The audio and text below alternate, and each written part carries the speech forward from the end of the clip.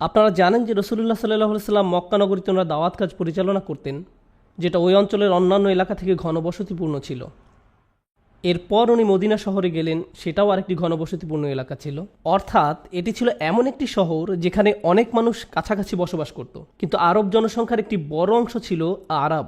আরব এমন লোক যারা শহরে বাস করতো না, তারা ঘুরে বেড়াতো, তারা তাদের পশুর পাল নিয়ে মরুভূমির বুকে চড়ে বেড়াতো। বছরের অধিকাংশ সময় তারা বাইরে থাকতো বিরান ভূমির মাঝে। তারা শহরে যারা বসবাস করে এমন লোকদের মতো ছিল না, এবং ওই সময় অধিকাংশ আরবদের জীবনযাপন এরকম বেদুইনদের মতো ছিল, যারা তাদের তাঁবু নিয়ে ঘুরে বেড়াতো, তাদের মালপত্র নিয়ে ঘুরে বেড়াতো। তো তাদের কেউ কেউ হয়তো ব্যবসা করত, আবার কেউ বা তাদের পশু পালন করত। এভাবে বিভিন্নভাবে তারা জীবিকা নির্বাহ করত। অর্থাৎ এরা হচ্ছে এমন লোক যারা ঘনবসতিপূর্ণ এলাকার অংশ নয়। তো তাদের মাঝে কেউ কেউ তখন মুসলিম হওয়া শুরু করেছে, এবং এই লোকেরা শুধু সাধারণ লোকজনের সংস্পর্শহীন ছিল তা নয়, বরং তাদের সাথে মুসলিমদেরও নিয়মিত যোগাযোগ ছিল না। তারা একদম একা ছিল। যদিও তারা মুসলিম ছিল, কিন্তু ইসলাম সম্পর্কে তারা খুব কমই জানত। তাই যে জিনিসটা আমরা প্রথমে এই সূরা থেকে জানতে পারি তা হলো, যেহেতু অন্য লোকজনের সাথে তাদের মেলামেশা কম ছিল, তাই তারা আদব বা শিষ্টাচার এগুলো বুঝত না। আপনারা জানেন যে এরকম হয়, যারা হয়তো শহরে বা লোকালয়ে বাস করে না, তারা জানে না কিভাবে অন্যদের সাথে চলাফেরা করা উচিত। তাই এই লোকেরা যখন রাসূলুল্লাহ সাল্লাল্লাহু আলাইহি সাল্লামের কাছে এসে কিছু জিজ্ঞাসা করলো, আল্লাহ সূরা শুরুতেই তাদের বর্ণনা দিয়েছেন, ইন্নাল্লাযীনা ইউনাদুনাকা মিন ওয়ারাইল হুজুরাত আকসারুহুম লা ইয়াকিলুন। এই বেদুইনদের সম্পর্কে আল্লাহ বলছেন, তারা রাসূল সাল্লাল্লাহু আলাইহি সাল্লামের বাড়ির কাছে এসেছে এবং তারা বাইরে দাঁড়িয়ে চিৎকার করে ওনার নাম ধরে ডাকছিল, এবং তারা ইয়া রাসূলুল্লাহ বলে ডাকেনি। এখানে আমাদেরকে বুঝতে হবে, রাসূল সাল্লাল্লাহু আলাইহি সাল্লামকে ওনার পরিবারের সদস্যরাও নাম ধরে ডাকতেন না। ওনারা রাসূল সাল্লাল্লাহু আলাইহি সাল্লামকে রাসূলুল্লাহ বলে ডাকতেন। ওনার চাচা ওনার নাম ধরে ডাকতেন না, ওনার সবচেয়ে ভালো বন্ধু ওনার নাম ধরে ডাকতেন না, আশেপাশের সবাই ওনাকে ওনার উপাধি রাসূলুল্লাহ বলে ডাকতেন। এটা রাসূল সাল্লাল্লাহু আলাইহি সাল্লামের প্রতি সম্মানেরই অংশ ছিল। কিন্তু এই বেদুইনরা আসলো এবং বলল, ইয়া মুহাম্মদ উখরুজ আলাইনা, মুহাম্মদ বের হও, তোমার সাথে আমাদের কথা আছে। এবং আল্লাহ সুবহানাহু ওয়া তাআলার কাছে এটা খুবই অশোভনীয় ছিল। যদিও এটা একটা ভুল ছিল, এবং আল্লাহ প্রথমে তাদেরকে একটা অজুহাত দিলেন, তাদের অনেকেই এটা বুঝবে না। এবং তাদের পূর্বাপর চিন্তা করলে আপনি বুঝতে পারবেন, কেননা তারা রাসূল সাল্লাল্লাহু আলাইহি সাল্লামের সাহচর্য খুব একটা ছিল না, তারা সাহাবাদের সাহচর্য খুব একটা ছিল না, তারা প্রশিক্ষিত ছিল না, শিক্ষিত ছিল না যেভাবে অন্য মুসলিমরা শিক্ষিত ছিল। তাই আবু বকর সিদ্দিক রাদিয়াল্লাহু তাআলা আনহুর কাছ থেকে যে ব্যবহার আশা করা যায়, উসমান রাদিয়াল্লাহু তাআলা আনহুর কাছ থেকে যে ব্যবহার আশা করা যায়, তাদের কাছ থেকে তা আশা করা যায় না। এখন আল্লাহ আবার ওদেরকে শেখানোর সিদ্ধান্ত নিলেন। আল্লাহ বলছেন, তারা যদি আপনি বের হয়ে এসে তাদের সাথে কথা বলা পর্যন্ত ধৈর্যশীল হতো, তাহলে ওটা তাদের জন্য ভালো হতো। তাদের এত অধৈর্যশীল হয়ে এভাবে চিৎকার করে রাসূলুল্লাহ সাল্লাল্লাহু আলাইহি সাল্লামের ঘরের বাইরে ডাকাডাকি করা উচিত হয়নি। আমি আপনাদেরকে এই ঘটনার আরেকটু অল্প বিস্তর ভূমিকা দিতে চাই আপনাদের জানার জন্য। রাসূল সাল্লাল্লাহু আলাইহি সাল্লামের সময়ে ওইখানে নানা ধরনের মুসলিম ছিল, এবং এটার সাথে তাদের অন্তরে কতটুকু ঈমান ছিল তার কোনো সম্পর্ক নেই, কিংবা তারা কতটুকু বেশি ভালো বা কম ভালো ছিল তারও কোনো সম্পর্ক নেই। এটা আসলে বলছে যে তারা কতটুকু ইসলাম সম্পর্কে জানে তার উপরে। এই বেদুইনদের রাসূল সাল্লাল্লাহু আলাইহি সাল্লাম বা ওনার সাহাবীদের সাথে খুব বেশি সময় কাটানোর সুযোগ হয়নি, কিন্তু তা সত্ত্বেও তারা মুসলিম। আসল ব্যাপার হচ্ছে, যেহেতু তারা কম জানতো এবং তারা খুব কমই ইসলামকে চিনেছে, তাই তারা ওই মুসলিম সমাজের অংশ হতে পারেনি যারা প্রতিনিয়ত উন্নতি করছে, বেড়ে উঠছে, ইসলাম সম্পর্কে আরও জানছে, তাদের ইসলামের সাথে সম্পর্কটা আরও শক্ত হচ্ছে, তারা উম্মাহ হিসাবে আরও শক্তিশালী হচ্ছে। তাই সময়ের সাথে যেটা হলো সেটা হচ্ছে, তারা যে অল্পটুকু জানতো তাতেই তারা খুশি ছিল, এবং এটাই ভয়ঙ্কর, যখন আপনি অল্প জানেন এবং তাতেই খুশি থাকেন। এই সমস্যাটাই আমি আজকে যে আয়াতটা আলোচনা করতে চাই তাতে আলোকপাত করা হয়েছে। ক্বালাতিল আ'রাবু আমান্না, বেদুইনরা আসলো আর বলল, আমাদের ঈমান আছে, আমরা বিশ্বাস করি। তারা শুধু এটা বলেনি যে তারা মুসলিম, তারা বলল আমাদের ঈমান আছে। এখন যেই মুসলিমরা রাসূল সাল্লাল্লাহু আলাইহি সাল্লামের সাহচর্যে সবসময় থাকছে, তারা জানেন যে প্রকৃতপক্ষে এটা বলা যে আমরা বিশ্বাস করি, এর সাথে আরো অনেক দায়িত্ব জড়িত। যখন কেউ বলে আমি ঈমান এনেছি, আমি বিশ্বাস করেছি, এটার অর্থ আসলে আমি আমার পুরো জীবন ধারাটাই পরিবর্তন করে ফেলেছি। কিভাবে আমি ঘুমাই, কিভাবে জেগে উঠি, কিভাবে খাই, কিভাবে পান করি, কিভাবে চিন্তা করি, আমার জীবনের লক্ষ্য কি, আমার জীবনের সব জিনিস পরিবর্তিত হবে একটি কারণটি হলো আমি বিশ্বাস করি। এটা কোনো সাধারণ ব্যাপার নয়, কিন্তু ওই বেদুইনদের মতে এটা খুবই সাধারণ ছিল। এখানে একজন আল্লাহ আছে, এই ব্যক্তি তার রসুল, আর আমরা তার কথা বিশ্বাস করি, যেটা তার কাছে এসেছে, যেটাকে কুরআন বলে। ঠিক আছে, ভালো, আমি গ্রহণ করলাম। এটা তাদের জন্য একটা অতি সাধারণ ব্যাপার ছিল। এটার জন্য তাদের নিজেদেরও একেবারে রূপান্তর করার প্রয়োজন ছিল না। তাই তারা বলল আমান্না, আমরা ঈমান আনলাম। ভালো, কিন্তু আল্লাহ আযজা ওয়া জাল্লা তাদেরকে শুধরে দিলেন আর বললেন কুল লাম তুমিনু।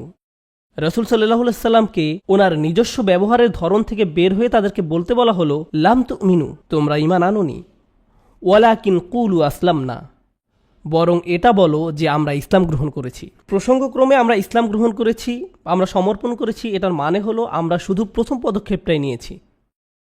ঈমান অনেক পরিপক্ক একটা বিষয়, ইসলাম শুধু তোমার প্রথম পদক্ষেপ। এবং আপনারা কোরআনে লক্ষ্য করবেন আমান্না আমান্না ব্যাপারটি কোরআনে প্রশংসিত হয়েছে। সাধারণত যখন লোকেরা বলে আমরা বিশ্বাস করতে এসেছি, এটা অবশ্যই একটা ভালো ব্যাপার, কিন্তু এই লোকদের ক্ষেত্রে আপনাকে বুঝতে হবে যে তারা কোথা থেকে এসেছে। ওরা ছিল নিজেদের উপর অতিমাত্রায় আস্থাশীল যে তারা ইসলাম ধরে রাখতে পারবে, তাদের ঈমান একদম নিখুঁত এবং যা যা জানা দরকার তারা সব কিছুই জানে। আমার আর কিছু বোঝার দরকার নেই, আর বেশি জানার চেষ্টা করার দরকার নেই, আমার নিজের ভিতরে কিছু পরিবর্তন করার দরকার নেই। এই অতিমাত্রায় আস্থা হচ্ছে সমস্যা। এই বেদুইনরা যাদের সাথে বাকি সমাজের যোগাযোগ ছিল না, যারা অতি আস্থাশীল ছিল যে তাদের মাঝে ইতোমধ্যেই ঈমান রয়েছে এবং ভাবছে যে এটা কোনো ব্যাপারই না, তাদেরকে এটা বলতে হবে যে শুধু প্রথম পদক্ষেপটাই তারা নিয়েছে। উল্লাম তুমিনু ওয়ালাকিন কুলু আসলামনা। এখন যখন আল্লাহ তাআলা তাদেরকে এটা বলছেন, তারা এটা বুঝতে পারছিল না কেন আল্লাহ মহানবী সাল্লাল্লাহু আলাইহি সাল্লামকে দিয়ে বলাচ্ছেন তোমার শুধু ইসলাম আছে কিন্তু ঈমান নেই। আমরা আল্লাহর উপর বিশ্বাস করি, আমরা রাসূল সাল্লাল্লাহু আলাইহি সাল্লামকে বিশ্বাস করি, আমরা আখিরাতে বিশ্বাস করি, আর কি দরকার? কেন আপনি বলছেন যে আমাদের শুধু ইসলাম আছে, ঈমান নেই? আমাদের সেই উচ্চ স্তরে যায়নি? আল্লাহ নিজেই এই প্রশ্নের উত্তর দিচ্ছেন, ওয়ালাম্মা ইয়াদখুলুল ঈমানা ফি কুলুবিকুম। ঈমান, বিশ্বাসের উপহারটা, স্বীকারোক্তি এখনো তোমাদের অন্তরে প্রবেশ করেনি, এখনও তোমাদের অন্তরে পৌঁছায়নি। এর মধ্য দিয়ে আমরা খুব কঠিন একটা বাস্তবতা দেখা পাচ্ছি। ঈমান এমন কোনো ব্যাপার নয় যেটা এমনি এমনি হয়ে যায়। এটা আপনি নিজে নিজে এমনি এমনি পেয়ে যাবেন না, এবং আপনি এটাও ভাবতে পারেন না যে আপনার এটা আছেই। আর এমন কিছু নয় যেটা আপনি নিজে নিজেই রাখতে পারবেন, আপনাকে এটা রক্ষা করতে হবে। কুরআনের অন্য আরেকটি জায়গায় আল্লাহ আসলে পাথরের সাথে তুলনা করেছেন, পাথরের সাথে তুলনা করেছেন যার একেবারে গভীরে রয়েছে পানি, এবং আল্লাহ এই পানিটিকে ঈমানের সাথে তুলনা করেছেন। এখন আল্লাহ এই আয়াতে আমাদেরকে বলছেন যে এই বেদুইনদের জানতে হবে যে তারা এমনি এমনি তাদের ঈমান ধরে রাখতে পারবে না, শুধুমাত্র এই কারণে যে তারা সহজেই ইসলামের ছায়াতলে এসেছে। তারা এত কিছু বক্তব্যের সাথে একমত হয়েছে এবং তারা ভাবছে এটাই তাদের জন্য যথেষ্ট। কেন আমি এটা আপনাদের সাথে শেয়ার করছি? কারণ পুরো বিশ্ব জুড়ে, আমেরিকায়, ইউরোপে, অস্ট্রেলিয়ায়, বিশ্বের অনেক জায়গাতেই, বিশেষত যেখানে মুসলিমরা সংখ্যালঘু, অনেক মুসলিম সমাজেই খুব অল্প সংখ্যক লোকের সমষ্টি, এবং তাদের জন্য জানার বা বেড়ে ওঠার সুযোগ খুবই সীমিত। তাই এই উদাহরণস্বরূপ বলা যায় কোনো জনগোষ্ঠীর বাবা মায়েদের ইসলামিক জ্ঞান অত্যন্ত কম। এটা তাদের দোষ না, তারা ইসলাম সম্পর্কে খুব অল্পই জানে। এরূপ তাদের সন্তান হয়, তাদের সন্তানরা স্কুলে যায়, তারা সেখানে 8 ঘন্টা 10 ঘন্টা সময় কাটায় বাসার বাইরে, বাবারা থাকে কাজে। এই বাচ্চারা বাসায় ফিরে 3-4 ঘন্টা ব্যস্ত থাকে তাদের স্কুলের বাড়ির কাজ নিয়ে। এরপর তারা কিছু ভিডিও গেমস খেলে, টিভি দেখে, এবং যতক্ষণে দিন শেষ হয়ে যায় আপনি আসলে ইসলাম সম্পর্কিত কিছুই করেননি। ন্যূনতম যেটা হয়তো আপনি করেছেন তা হলো তাদেরকে বলেছেন এই চলো নামাজ পড়তে যাই, অথবা এই চলো মাগরিব নামাজটা পড়ে আসি। ও না, এখন আবার আমাকে নামাজ পড়তে হবে। এবং তারপর এই বাচ্চাটি আসলে ইসলাম সম্পর্কে অত্যন্ত অল্প জানতে পারে, অত্যন্ত অল্প জানে, কারণ তারা যতক্ষণ জাগ্রত থাকে তাদের পুরো সময়টাই যায় মুসলিম বাদে আর অন্য যতভাবে সম্ভব, যাতে তারা ভাবতে পারে যে এটাই জীবনের সবচেয়ে গুরুত্বপূর্ণ। আসলে নির্দিষ্টভাবে ইসলামিক তেমন কিছুরই তারা প্রতিনিয়ত সম্মুখীন হয় না। প্রকৃতপক্ষে এরকম সংখ্যালঘু সমাজে বাচ্চারা যখন স্কুলে যায় তাদেরকে অন্যদের থেকে একদমই আলাদা দেখায়, তারা অন্যদের থেকে একদমই আলাদা ব্যবহার করে, এবং এটা তাদেরকে একদমই একা বোধ করায়। এবং যখন তারা এরকম একাকী বোধ করে তারা ভাবে যে তারা মুসলিম এ কারণেই এমন। তাই অনেক সময় এরকম হয় যে তারা অন্য বাচ্চাদের সামনে নিজেদেরকে মুসলিম হিসেবে পরিচয় দিতেও সংকোচ বোধ করে। তাদের মনে হয় আমাকে এখানে ঠিক মানাচ্ছে না। অন্য বাচ্চাদের সামনে তারা সংকোচ বোধ করে নামাজ পড়তে বা এই ধরনের কিছু করতে। অথবা এমন হয় হয়তো তাদের বন্ধুরা বাড়িতে এসেছে এবং তাদের মা নামাজ পড়ছে, তারা মাকে বলছে যে মা তুমি অন্য ঘরে গিয়ে নামাজ পড়ো। আমার বন্ধুদের কাছে এটা অদ্ভুত লাগছে। তারা আসলে ইসলামকে নিয়ে আত্মবিশ্বাসী নয়, এবং আসলে এমনকি বাবা মারাও। আসলে আমার খুতবার বিষয় কিন্তু বাবা মায়েদেরকে নিয়েই। যেসব বাবা মায়েরা অল্প বিস্তর ইসলাম জানে তারা সেটা নিয়ে সন্তুষ্ট, ভাবে যথেষ্ট, আমরা মুসলিম, আলহামদুলিল্লাহ, আমরা জানি যা জানা দরকার, সবকিছু ঠিকঠাক। সবকিছু ততক্ষণ পর্যন্ত ঠিকঠাক যতক্ষণ আপনার সন্তান 16 বছর বা 18 বছরে পা দেয়। যখন সেই বাচ্চাটা 18 বছর বা 20 বছরে পা দেয়, সে সন্তানই বলে আমি নামাজ পড়ার কোনো কারণ দেখতে পাই না, আমি দেখি না, তোমরা মুসলিম ভালো, কিন্তু এটা আমার জন্য নয়, কিন্তু এটা আমার জন্য নয়। আমাদেরকে বুঝতে হবে এই দিন আপনা আপনি বাচ্চাদের কাছে চলে যাবে না। এটা কোনো অটোমেটিক ব্যাপার না। শুধুমাত্র আপনি মুসলিম, আপনি নামাজ পড়েন, আপনি কোরআন পড়েন এবং আপনি আপনার সন্তানকে নামাজ পড়তে বলেন, এসব এটা নিশ্চয়তা দেয় না যে ঈমান তাদের অন্তরে প্রবেশ করবে। আসল ব্যাপার হলো এটা তখনই তাদের অন্তরে প্রবেশ করবে যখন আপনি আপনার নিজের অন্তরে প্রবেশ করানোর জন্য যথেষ্ট চেষ্টা করবেন। ইসলাম যদি আপনার জন্য কোনো সাধারণ ব্যাপার হয়ে যায়, ঠিক আছে, আলহামদুলিল্লাহ যে আপনি সময় বের করে জুমা পড়তে এসেছেন। আল্লাহ আমাদের সকলের ইবাদত কবুল করুন এবং আমাদের সকল প্রচেষ্টা কবুল করুন। আমরা এসেছি আর জুমা পড়ছি, এর বাইরে ঘরের ভেতরে যেখানে ইসলামের কিছুই নেই, সত্যি সেখানে কিছু নেই, ওখানে কোনো কথাবার্তা নেই। আমাদের বাচ্চারা এটাও জানে না যে আমাদের রাসূলুল্লাহ সাল্লাল্লাহু আলাইহি ওয়াসাল্লাম কে ছিলেন, তারা কোরআন কি সেটা জানে না। শুধুমাত্র ছোট কিছু সূরা ছাড়া যেগুলো আপনারা ওদেরকে শিখিয়েছেন, সেক্ষেত্রে আমাদের সাথে ওই বেদুইনদের তেমন কোনো পার্থক্য নেই, যাদের সাথে ইসলামের যোগাযোগ ছিল খুবই কম, অথচ তারা অত্যন্ত আত্মবিশ্বাসী ছিল যে তাদের এটি আছে। আর আল্লাহ তাআলা তাদেরকে বলছেন এটা এখনও তোমাদের অন্তরে প্রবেশ করেনি। কেননা যদি এটা একবার প্রবেশ করেই থাকে কারো অন্তরে, কিছু একটা হবে যেটা আসলে ভাষায় প্রকাশ করা যায় না। সবাই তার পরিবেশ দ্বারা প্রভাবিত। আপনি হয়তো বলতে পারেন আমি সর্বক্ষণ নন মুসলিমদের পাশে থাকি, তাই আমার ঈমান দুর্বল হচ্ছে। আমি এমন জায়গায় থাকি যেখানে শিখার কোনো জায়গা নেই, শেয়ার করার কোনো জায়গা নেই, আমার মূল্যবোধগুলো শক্ত করার কোনো জায়গা নেই। হ্যাঁ, এটা সত্যি, কিন্তু কি জানেন, যখন ঈমান একবার আপনার অন্তরে প্রবেশ করে, আপনি হয়তো গুহাবাসীর মতো গুহার মাঝে থাকতে পারেন এবং তা সত্ত্বেও আপনার ঈমান বজায় থাকবে। আপনি হয়তো ইব্রাহিম আলাইহিস সালামের মতো, যিনি ছিলেন কানা উম্মাতান, একদম নিজে উনি একটা উম্মাহ ছিলেন, ওনার আশেপাশে ওনার কোনো সাথী ছিল না। অর্থাৎ আমরা আমাদের পরিবেশকে অজুহাত হিসাবে দাঁড় করাতে পারি না। বেদুইনদেরকে এই অজুহাত করতে দেওয়া হয়নি, তোমরা তো শহরে বাস করো না, তোমাদের জন্য এটা ঠিক আছে। না, ওয়ালাম্মা ইয়াদখুলুল ঈমানা ফি কুলুবিকুম ওয়া ইন তুতিউল্লাহ ওয়া রাসূলাহু লা ইয়ালতাকিম মিন আমালিকুম শাইআ। যদি তুমি আল্লাহ এবং তার রাসূলের আনুগত্য করো, এখানে রাসূল সাল্লাল্লাহু আলাইহি ওয়াসাল্লামের উল্লেখ করাটা সত্যি গুরুত্বপূর্ণ। ওয়া ইন তুতিউল্লাহ ওয়া রাসূলাহু, কেন? কারণ মদিনার বাইরের মরুভূমিতে থেকে রাসূল সাল্লাল্লাহু আলাইহি ওয়াসাল্লামের আনুগত্য করাটা সহজ নয়। আমাদের জন্য রাসূল সাল্লাল্লাহু আলাইহি ওয়াসাল্লামের আনুগত্য করা একরকম, আর বেদুইনদের জন্য রাসূল সাল্লাল্লাহু আলাইহি ওয়াসাল্লামের আনুগত্য করা আরেক রকম। রাসূল সাল্লাল্লাহু আলাইহি ওয়াসাল্লাম কি করতে বলেছেন সেটা তাদের পক্ষে জানা সম্ভব না, যতক্ষণ না ওনাদের সাথে এমন কেউ থাকবে যে বলতে পারবে রাসূল সাল্লাল্লাহু আলাইহি ওয়াসাল্লাম কি বলেছেন। তাই তাদের বিকাশের জন্য আসলে তাদেরকে এমন জায়গায় থাকতে হবে যেখানে এই বিষয়ে পড়াশোনা চলছে, যেখানে এই বিষয়ের বিকাশ হচ্ছে, আলোচনা হচ্ছে। ওয়া ইন তুতিউল্লাহ ওয়া রাসূলাহু, আরবিতে ইতা এর অর্থ শুধু আনুগত্যই নয়, এটা মনোযোগ দেওয়া অর্থও ব্যবহৃত হয়। ইতা এসেছে তাউন থেকে, যার অর্থ শুধু আনুগত্য বা ঐচ্ছিকই বুঝায় না, এটা মনোযোগ দেওয়াও বুঝায়। যদি আপনি মনোযোগ দেন আর তারপর শোনেন এবং আল্লাহ ও তার রাসূলের আনুগত্য করেন, আপনার কোনো কাজ বৃথা যাবে না। একদিকে তাদেরকে বলা হচ্ছে তাদের প্রকৃত ঈমান নেই, তাদেরকে সেই ঈমান অর্জন করতে হবে। অন্যদিকে তাদেরকে বলা হচ্ছে শোনো, এর অর্থ এটা নয় যে যা ভালো কাজ তুমি করেছো তা বৃথা গেছে। যদি তুমি আল্লাহ ও তার রাসূলের আনুগত্য অটল থাকো, তোমার কোনো কাজই বৃথা যাবে না। এটা অত্যন্ত গুরুত্বপূর্ণ ব্যাপার। কুরআনের অন্য এক জায়গায় সূরা হাদীদে আল্লাহ তাদের পরিণতি সম্পর্কে বর্ণনা করেন, যেসব লোকেরা তাদের ঈমানকে সহজভাবে নিয়েছে, তারা ভাবে ঠিক আছে আমরা মুসলিম, আলহামদুলিল্লাহ, এর অর্থ সব ঠিক আছে। না, সব ঠিক নেই। এটা অত্যন্ত গুরুত্বপূর্ণ ব্যাপার। এরকম সম্ভাবনা কি আছে যে কেউ মুসলিম হলো এবং সময়ের সাথে সাথে তাদের ঈমান দুর্বল থেকে দুর্বলতর হলো, এমন পর্যায়ে যে তারা এমনকি ইসলাম নিয়ে সন্দেহ প্রকাশ করা শুরু করলো? এটা কি সম্ভব? অবশ্যই সম্ভব। প্রকৃতপক্ষে হাদীদের আয়াতটিতে যাবার আগে, এমনকি এই সূরাতেও আল্লাহ বলছেন প্রকৃত মুমিন তারাই যারা আল্লাহ এবং তার রাসূলে বিশ্বাস করে এবং এর পরে আর কখনো সন্দেহ পোষণ করে না। আল্লাহ কেন বলছেন যে তারা আর কখনো সন্দেহ পোষণ করে না? কারণ সেই সম্ভাবনা রয়েছে। সেই সম্ভাবনা যদি না থাকতো তাহলে সেটা উল্লেখ করার কোনো দরকারই ছিল না। আসলে আমরা আমাদের ঈমান এমনি ধরে রাখতে পারবো না। এর জন্য আসলেই প্রচেষ্টা দরকার, অনেক প্রচেষ্টার দরকার। এখন যেই জিনিসটাতে আমি আপনাদের দৃষ্টি আকর্ষণ করতে চাই তা হলো বাহির বনাম ভিতর।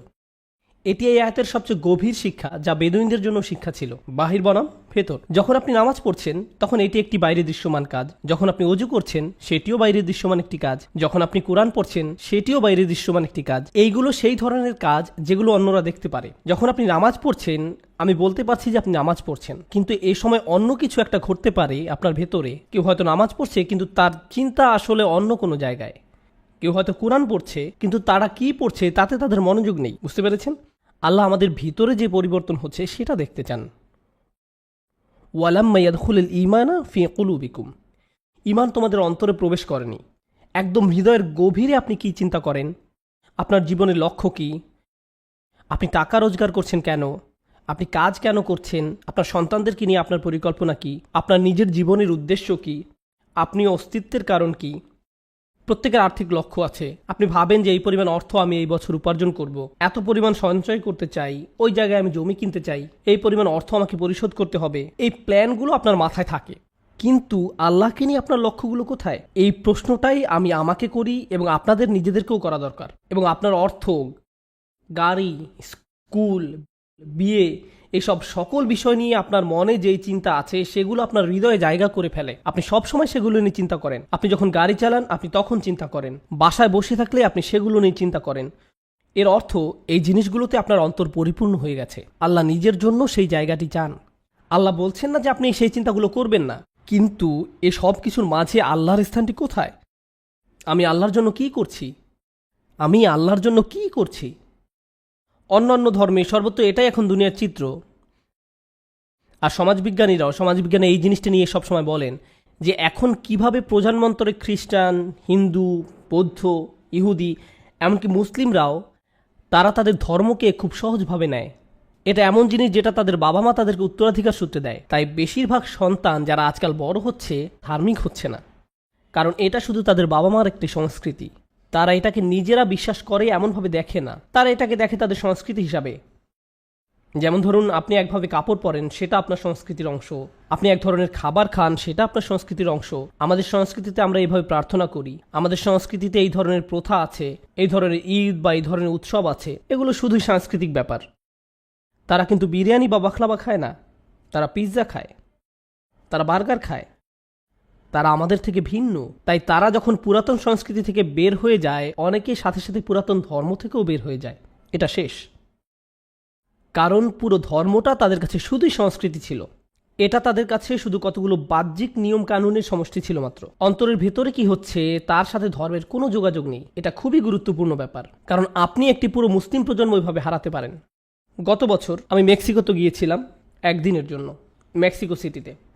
আমি যখন সেখানে ছিলাম, যেটা বিশ্বের সবচেয়ে জনবহুল শহরগুলোর একটি, 38 মিলিয়ন লোকের বাস, আমার মোবাইলে হালাল দোকান খোঁজার অ্যাপস ছিল, যা দিয়ে আমি হালাল দোকান খুঁজছিলাম, কারণ সেখানে আমাকে আরও 6-7 ঘন্টা থাকতে হবে আমার স্ত্রী সহ। আমি 2টা রেস্টুরেন্ট পেলাম, তো আমরা একটা মরক্কান রেস্টুরেন্টে গেলাম। যাই হোক, আমরা গেলাম সেখানে। সেই মরক্কান ভাই এই রেস্টুরেন্টটি চালু করেন 1972 সালের দিকে। এটা তখন সেখানকার 2টা হালাল রেস্টুরেন্টের মাঝে একটা ছিল। এটি ছাড়া আরেকটা পাকিস্তানি রেস্টুরেন্ট আছে। তো আমরা কথা বলা শুরু করলাম। আমি প্রশ্ন করলাম, তুমি ব্যবসা করো কিভাবে, তোমার ক্রেতা কোথায়? পুরো শহরে যে জুমাটা হয় সেখানে মাত্র 2 থেকে 300 লোক আসে। মনে হয় 2টি মসজিদ আছে, সব মিলে 300 লোক হবে। এর মাঝে একটা মসজিদ হচ্ছে আবার একজন বয়স্কা মহিলার, যিনি মুসলিম হয়েছিলেন এবং তার বাড়িটা মসজিদ হিসাবে দান করে দিয়েছেন, এবং জুমার নামাজ সেখানেই হয়েছিল। আমি জিজ্ঞেস করলাম, এরাই কি সর্বমোট মুসলিম জনগোষ্ঠী? সে বলল, না, এরাই সব না। মূলত 1970 বা 80-র দিকে মেক্সিকো তার বর্ডার খুলে দিয়েছিল, কারণ তারা তাদের ইঞ্জিনিয়ারিংয়ে অনেক উন্নয়ন করতে চাচ্ছিল।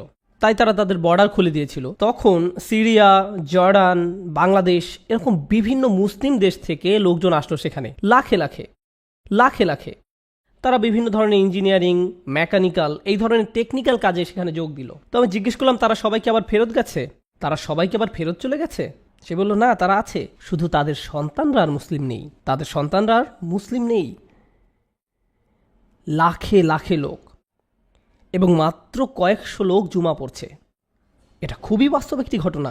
এই ধরনের ঘটনা ঘটে যখন আপনি শুধু আপনার কাজ নিয়ে চিন্তা করেন। আপনি টেবিলে খাবার সরবরাহ করেন, কিন্তু আপনি আপনার অন্তরের ক্ষুধা নিয়ে চিন্তাই করেন না। আমরা মুসলিম, আলহামদুলিল্লাহ, আর কি দরকার? শুনুন, আপনি হয়তো চিন্তা করছেন আপনার ক্যারিয়ার, আপনার সঞ্চয়, আপনার ভবিষ্যৎ নিয়ে, কিন্তু আমি একটা ভয়ানক কথা বলি যেটা নিয়ে আমি, আপনি, আমাদের সবার চিন্তা করা উচিত। যখন আমরা আল্লাহর সামনে দাঁড়াবো, আমাদেরকে আল্লাহকে জবাব দিতে হবে। কেন লা ইলাহা ইল্লাল্লাহর যে উপহারটি আপনাকে দেয়া হয়েছিল, আমাকে দেয়া হয়েছিল, মুহাম্মদুর রাসূলুল্লাহ সাল্লাল্লাহু আলাইহি সাল্লামের যে উপহারটি দেয়া হয়েছিল আমাদেরকে, যেটা খুব সহজেই আমরা আমাদের সন্তানদের মনে গেঁথে দিতে পারতাম, তা কেন আমরা করতে ব্যর্থ হয়েছি? কারণ আমরা অন্য কাজে ব্যস্ত ছিলাম। অন্য কাজে এতই ব্যস্ত ছিলাম যে 2-1 প্রজন্মের মাঝেই লা ইলাহা ইল্লাল্লাহ বলার মতো আর কেউ থাকছে না। এই জন্য আল্লাহর কাছে আমাদেরকে জবাবদিহি করতে হবে। فطال عليهم الأمد فقست قلوبهم وكثير منهم فاسقون। আল্লাহ বলছেন, তাদের উপর সুদীর্ঘকাল অতিক্রান্ত হয়েছে, অতঃপর তাদের অন্তরসমূহ কঠিন হয়ে গেছে এবং তাদের অধিকাংশই ফাসেক হয়ে গেছে। এই কারণেই আমি আপনাদের সাথে এই আয়াতটি শেয়ার করতে যাচ্ছিলাম। সবাই ভাবে তাদের পরিবার এগুলো থেকে নিরাপদ। কারো যদি এরকম চিন্তা করার অধিকার থেকে থাকে তাহলে সেটা হতো ইব্রাহিম আলাইহিসসালাম। ইব্রাহিম আলাইহিসসালাম বলতে পারতেন, আমি আমার সন্তানদেরকে সঠিকভাবে গড়ে তুলেছি। তার সন্তানরা আল্লাহর প্রতি সমর্পণের ক্ষেত্রে এতই অনুগত ছিল, افعل يا أبت افعل ما تؤمر। বাবা তাই করুন যা আপনাকে করতে বলা হয়েছে। যদি আল্লাহ আপনাকে বলে থাকেন আমাকে কোরবানি করতে হবে, তাই করুন বাবা, ঠিক আছে, এটা আল্লাহর ওয়াস্তে।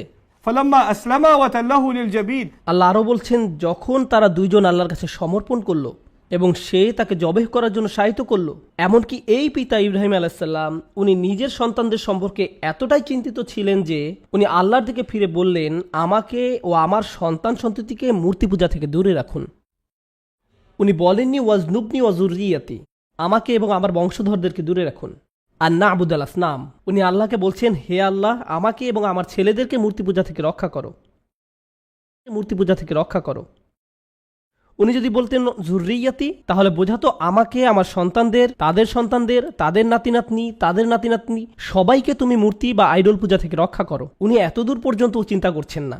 উনি চিন্তিত যে উনি নিজে এবং ওনার সন্তানদের জন্য। এমনকি তারা আল্লাহর কাছে সমর্পণ করার পরে উনি মনে করছেন যে ওনারা নিরাপদ নয়। হে আল্লাহ, একমাত্র তুমি আমাদেরকে নিরাপদ রাখতে পারো। ربي إنهن أضلن كثيرا من الناس। এই দোয়াটা পরে আমি সত্যিই স্তম্ভিত, আমি পুরোপুরি অবাক। কাবা সেই বাড়ি যা তিনি বানিয়েছিলেন, উনি বানিয়েছিলেন তার ছেলেকে সাথে নিয়ে। এরপর উনি আবার ওই শহরে যখন ফেরত আসলেন তখন সেখানকার সবাই আল্লাহর ইবাদত করত। এরপরও উনি চিন্তিত এবং আল্লাহর কাছে দোয়া করছেন, হে আল্লাহ, আমাকে এবং আমার ছেলেদেরকে মূর্তি পূজার হাত থেকে রক্ষা করো। তাই এখন শেষ যে জিনিসটা আপনাদের সাথে শেয়ার করতে চাই, আমাদের নিজেদের সন্তানদেরকে নিয়ে যাতে আমরা চিন্তা করতে পারি যে ইসলামকে আমাদের জীবনে খুবই সচেতন একটা ব্যাপার হতে হবে। আমার উপর রাগ হলেও আপনি অন্তত কিছু শুরু করুন, একদম কিছু না করা থেকে।